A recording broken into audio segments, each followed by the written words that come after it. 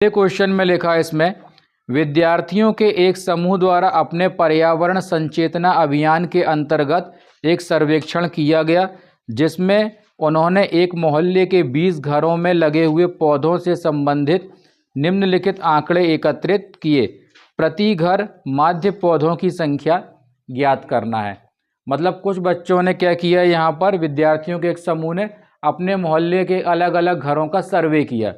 सर्वे करने पर उन्होंने क्या पाया कि एक घर ऐसा है जहाँ पर 0 से लेके 2 पौधे लगे हुए हैं, 2 घर ऐसे हैं जहाँ 2 से 4 पौधे लगे हुए हैं, एक घर ऐसा है जहाँ पे 4 से 6 पौधे लगे हैं, 5 घर ऐसे हैं जहाँ पर 6 से 8 पौधे लगे हैं, और 6 घर ऐसे हैं जहाँ पर 8 से 10 पौधे लगे हैं, 2 घर ऐसे हैं जहाँ पे 10 से 12 पौधे लगे हैं, और 3 घर ऐसे हैं जहाँ पर 12 से लेके 14 पौधे लगे हुए हैं। तो ये उन्होंने सर्वे किया अपने मोहल्ले में। अब हमको ये बोला गया है, माध्य ज्ञात करने के लिए आपने किस विधि का प्रयोग किया और क्यों।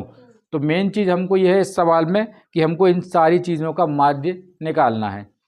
ठीक है, अब माध्य निकालने के लिए इस टेबल में हमको 2 खंड बने हैं पहले, जब हल करेंगे तो कितने खंड बनाएंगे, 4। ठीक है, चलो अब इसको हम बना रहे हैं, तुम लोग भी अपने उसमें बनाते जाना कॉपी में। चलो अब समझना है इसको जरा। यहाँ पे इस सवाल में हमको पौधों की संख्या लिखी हुई थी पहले से, ये हमने इधर नोट कर दी। घरों की संख्या लिखी, घरों की संख्या को हम क्या मानेंगे, एफ। एफ का मतलब क्या होता है बताया था, फ्रीक्वेंसी। फ्रीक्वेंसी हिंदी में कहते हैं आवृत्ति।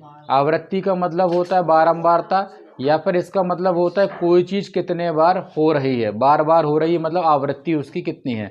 ठीक है, फ्रीक्वेंसी। तो 0 से 2 वालों की फ्रीक्वेंसी कितनी है, 1। अब इस सवाल में हमको अगला जो हमने 2 खंड बनाए वो है एक्स और एफ एक्स। एक्स का मान हम कैसे निकालेंगे, इन दोनों के बीच की संख्या। ठीक है, 0 और 2 के बीच में क्या आता है, 1, तो यहाँ पर हम लिख देंगे 1। फिर 2 और 4 के बीच में 3। अपन को एक बात समझ में आई कि 2-2 का अंतर चल रहा है, तो आगे अपन वैसे लिख देंगे। 3 के बाद 5, फिर 7, 9, 11 और 13। इतना समझ में आ गया। ठीक है, तो ये हमने x का मान निकाला। अब हमको निकालना एफ एक्स। तो f और x का क्या करना है, गुणा। गुणा करने के बाद जो उत्तर आएगा उसको बहुत ध्यान से लिखना है, वरना जोड़ने में गलती हो जाएगी।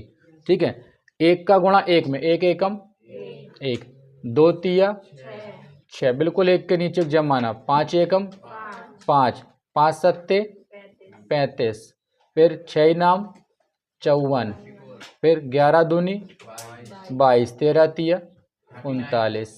ठीक है, लिखने का तरीका समझ में आ रहा है। ये 1 के नीचे 1, और ये 2 नंबर वाले हैं तो इनको इधर आगे पीछे लिख दोगे तो मालूम पड़ा उसकी संख्या यहाँ जुड़ गई, इसकी उधर जुड़ गई, तो इसमें गलती हो सकती है।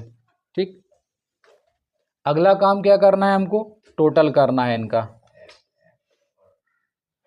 तो यहाँ पे जो टोटल करेंगे उसको हम क्या कहेंगे, सिग्मा एफ। इनका टोटल कितना आएगा, 20 घर थे ना, तो यहाँ पे कितना आएगा 20। जोड़ लो एक बार, और 2, 1 और 2 3, 3 और 1 4, 4 और 5 9, 9 6 15, 15 और 2 17, 3 20। सवाल में ही लिखा हुआ था 20 घरों का सर्वे किया है। ठीक, अब इनका टोटल करना है, तो इसके टोटल को हम क्या कहेंगे, सिग्मा एफ एक्स।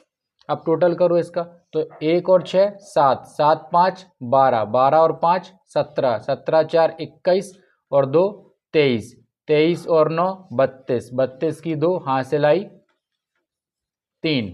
अब ये 3 और 3 6, 6 और 5 11, 11 और 2 13, 13 और 3 16। ये आ गया 162।